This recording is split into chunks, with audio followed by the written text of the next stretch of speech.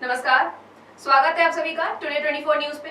मैं हूं आपके साथ कनिका यादव। तो आइए नजर डालते हैं आज की ताजा खबरों पे। खटीमा के हेमवती नंदन बहुगुणा राजकीय स्नातकोत्तर महाविद्यालय के लिए हुई खरीद में भ्रष्टाचार होने की शिकायत पर कार्रवाई करते हुए कुमाऊं कमिश्नर दीपक रावत के आदेश पर खटीमा के उप जिलाधिकारी रविंद्र सिंह बिष्ट ने महाविद्यालय के खेलकूद विभाग के 3 कमरों को सीज कर दिया है।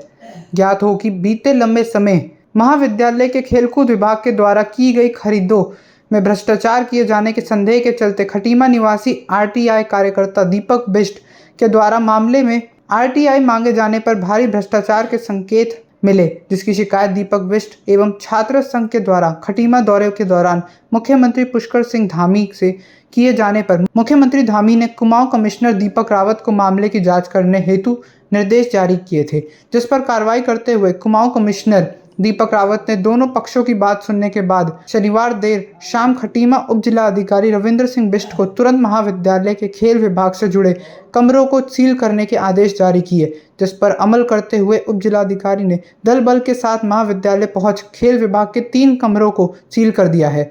वहीं इस मामले में जानकारी देते हुए छात्र संघ के अध्यक्ष अरविंद कुमार ने बताया कि लंबे समय से महाविद्यालय में भ्रष्टाचार का खेल चल रहा है।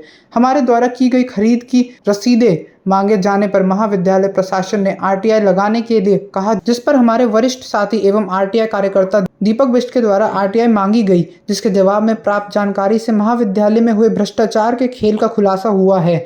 वहीं आरटीआई कार्यकर्ता दीपक बिष्ट ने मीडिया को जानकारी देते हुए बताया कि खटीमा महाविद्यालय प्रशासन के द्वारा नियमों एवं मानकों को ताक पर रखकर विद्यालय हेतु सामान की खरीदारी की गई है। हमें प्राप्त जानकारी से प्रतीत हो रहा है महाविद्यालय के खेल विभाग द्वारा की गई खरीदों में लाखों का भ्रष्टाचार हुआ है। महाविद्यालय में हुए भ्रष्टाचार का अनुमान इस बात से ही लगाया जा सकता है कि महाविद्यालय सभागार के लिए खरीदी गई मात्र एक टेबल की कीमत लगभग 5 लाख रुपए है। वही खेल विभाग द्वारा बनाए गए टेनिस कोर्ट का खर्चा भी लगभग 5 लाख के आसपास दिखाया गया है, जबकि मौके पर मौजूद टेनिस कोर्ट की हालत खस्ता हाल है। वहीं महाविद्यालय में हुए इस भ्रष्टाचार एवं प्रशासन द्वारा की गई कार्रवाई के बारे में महाविद्यालय प्रशासन का कोई सदस्य मीडिया से बात करने को तैयार नहीं है। खटीमा के उप जिलाधिकारी रविंद्र सिंह बिष्ट ने मीडिया को जानकारी देते हुए बताया कि कुमाऊं कमिश्नर दीपक रावत के आदेश अनुसार मामले की जांच शुरू कर दी गई है।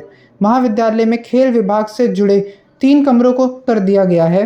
पूरे मामले की गहनता से जांच की जा रही है। मामले में जो भी दोषी पाया जाएगा उसके खिलाफ कड़ी कार्रवाई अमल में लाई जाएगी। गवर्नमेंट डिग्री कॉलेज में कुछ स्पोर्ट्स आइटम्स की खरीद फरोख्त हुई थी, जिसमें किसी व्यक्ति द्वारा आरटीआई कार्यकर्ता द्वारा एक आरोप लगाया गया कि इसमें कुछ धांधली हुई है। इसी क्रम में कुमाऊं कमिश्नर महोदय द्वारा इसमें जांच की जा रही है। कल उनके द्वारा मेरे को निर्देश दिया गया कि जब तक जांच पूरी नहीं होती कि इनके जितने कमरे जहाँ पर ये स्पोर्ट्स के आइटम्स रखे हैं, जो टेबल खरीदे इन्होंने, क्या बोलते हैं, ये टी टेबल्स और स्पोर्ट्स के आइटम्स, उसको सील कर दिया जाए। उसी की निर्देश के क्रम में मेरे द्वारा 3 कमरों को सील करके अब जाँच इसमें की जाएगी, क्या वास्तव में जो खरीद फरोख्त की है वो सही है और नियमानुसार है कि नहीं। उसके हिसाब से कुमाऊं कमिश्नर महोदय द्वारा इसमें कार्रवाई की जाएगी।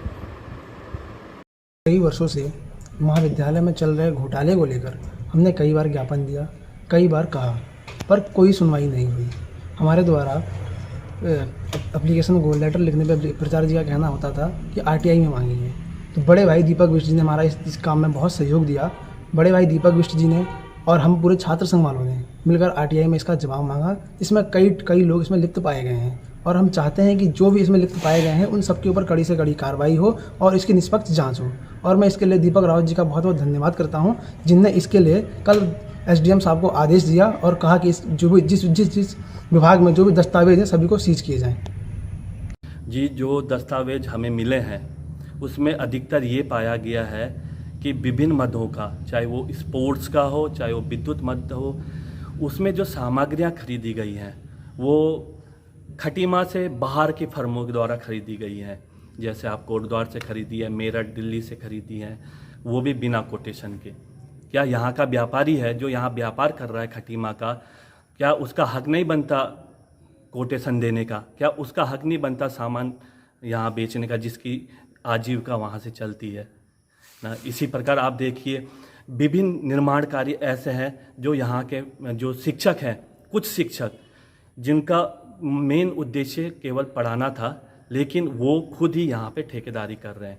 चाहे वो टॉयलेट बनाना हो, चाहे वो बैडमिंटन का वो बनाना हो, चाहे कोई भी निर्माण कार्य करवाने का, उसके लिए जो गवर्नमेंट ने ठेकेदार जिनकी आजीविका उससे चलती है, ठेकेदारों जिनका व्यवसाय वो है, उनको ना दे के, निविदाएँ ना निकाल के, अखबारों में कोटेशन ना मांग के ये निर्माण कार्य खुद ही किए कराए जा रहे हैं। ठीक है, इसका मकसद क्या है? इसका मकसद कुल और कुल जो हमें दस्तावेजों से प्राप्त हुआ है, 1 रुपये की चीज़ को इन्होंने 1000 रुपये की दिखाया है। जो कार्य 10,000 में हो सकता था उन्हें इन्होंने 2-2 लाख रुपए में करवाया है।